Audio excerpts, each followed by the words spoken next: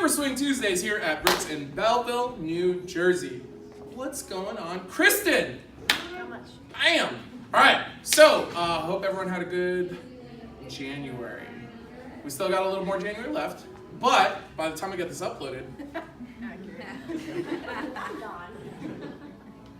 just gonna ignore that comment. Alright, so anyway, so tonight was about, in our intermediate advanced class, all about kind of like quick fixes for certain elements. And the two main elements is an ambiguous lead from the lead, and so followers trying to figure out what to do, right? And your main go-tos are basically round up or round down with weight distribution, and then going to a default rhythmical element followers, and then leaders figuring out then in that process in the movement, if you're not fixing and refining your lead to begin with, finding out where that window is so you can kind of pick up the lead, either waiting for the next two, boom tick, 2 count increment, or like I said, refining the lead so you're kind of picking up as she's shifting onto that foot. So the pattern that we did was a typical diffused outside turn, right? And when the follower kind of settles on that right foot, and either like that, letting her kind of like go to that boom tick and then waiting before we shift, and we don't have to necessarily switch hands,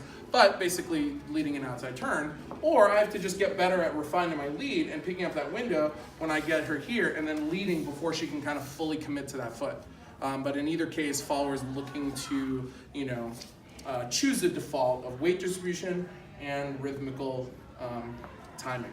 Okay, and then the last one was coming out on the wrong foot. So the typical standard leader leads something cool. We want to fully commit and finish our movement, but then in the process, we end up on the wrong foot. So I'm going to do a two-handed tuck and then do a little pulse and a double turn, leaving the follower exactly on 8. Now the normal would recognize that case, right? And same thing, we can either groove or whatever, or just lead her out in a true syncopation.